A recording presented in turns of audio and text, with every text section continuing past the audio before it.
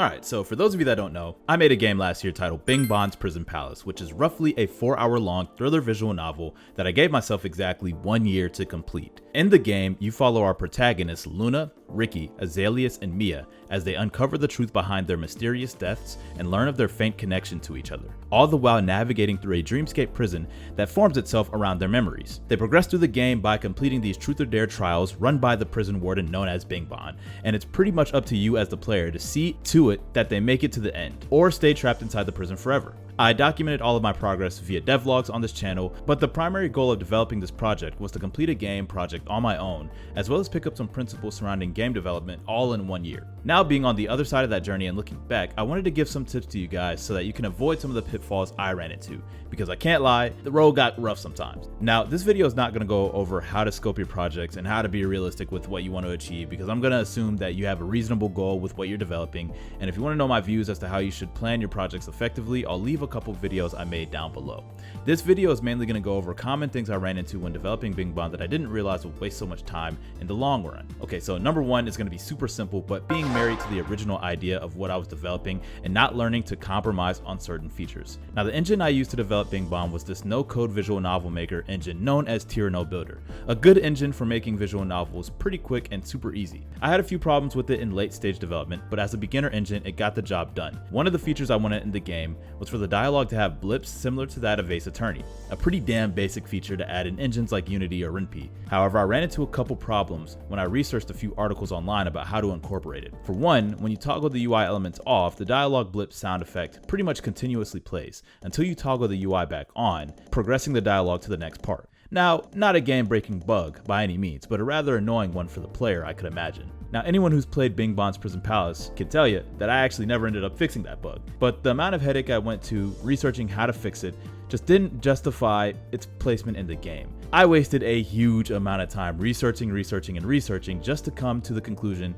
to let it go and possibly circle back to it after I got to other things, which I never did. I learned here that because I felt I had to add character-specific dialogue sound effects to the game, I simply needed to get this feature perfect, and that's just what it was, a feature, not even an actual game mechanic or story branch that was pivotal to the enjoyment of the game. So the lesson here is that I could have just left that part out of the game entirely and finished earlier with more quality in other areas, rather than trying to make that specific area perfect. 2. Tracking the time I spent on my project saved a ton of guesswork when determining what could be done in the time allotted for the project. Now, a lot of people simply won't do this because they don't understand why it's so important, and I used to be like that too, but I realized after working on my own projects extensively that the value of being able to pinpoint just how long certain tasks you complete roughly will give you a much cleaner timeline estimate for completing your visual novel or game, comic, or whatever you're working on. For instance, if sprites take you about 3 to 4 hours and you on average work about 1 to 2 hours a day on the project, then you can expect to have about 2 to 3 sprites done by the end of the week.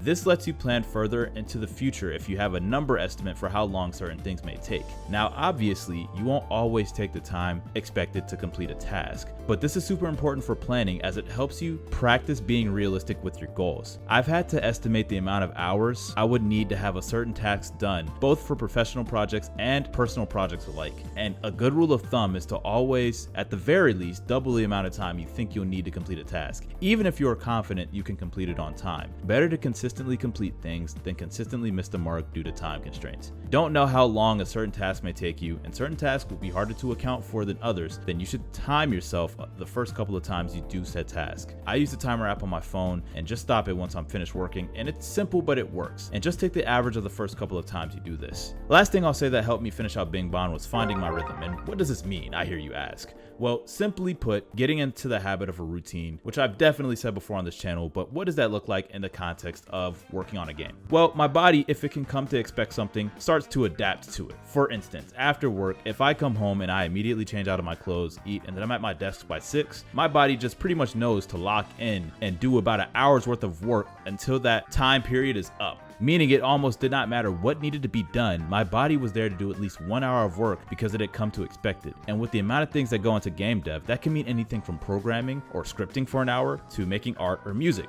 But whatever it was, after that hour, I noticed that I would start to lose steam in my focus, and that was pretty much my cue to stop work for the day. So why am I saying this? Pretty much, I believe, and this is my opinion, generally speaking, we are habitual creatures, meaning if we can create a habit out of something, it becomes infinitely easier to commit and continue doing that said thing, for better and worse. If you create good habits, as you form them, it becomes easier to keep them, and vice versa with bad habits. And one thing about habits is that they're hard to stop once you started them. I made a habit out of working on my visual novel for just 1 hour a day, and once I started that, it became super tough to stop.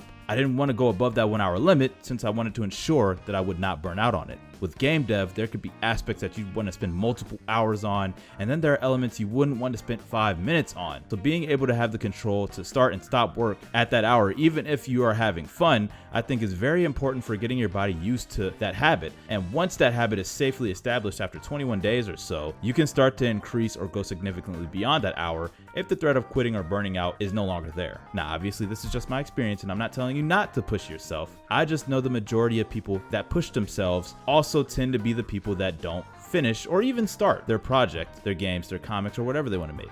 People I've known that have completed projects consistently tend to know how to task manage effectively and find their rhythm with their projects. Now, I can go into plenty more tips about specific processes that helped me complete Bingban in 1 year, but I think for the sake of brevity, and I hope it was brief, I'll leave it here. But I'd love to know what you think if you made it this far. Do you think these tips will apply to your project, or do you have everything covered and you're just showing support to the channel? Like, either way, I appreciate you guys for checking in. Now, if you're new here, my name is Chris. I'm a game dev, storyteller, artist, and now a graphic novelist making content here on YouTube to help creatives improve their mindset and complete the projects they want to complete. If that sounds like you, feel free to hit that like button, subscribe to your boy. I try to upload bi-weekly, and the goal is to stay consistent throughout the year with this channel and my project, The Turn-Based Hero, which you can learn more about on my socials at chrismason_01 on Instagram, chrismason01 on Blue Sky, and chrismason_01 on Twitter. But with that, I'm gonna go ahead and get up out. I hope you guys enjoyed the rest of your day, night, or whatever. And it's been your boy Chris, and I'm out. Peace.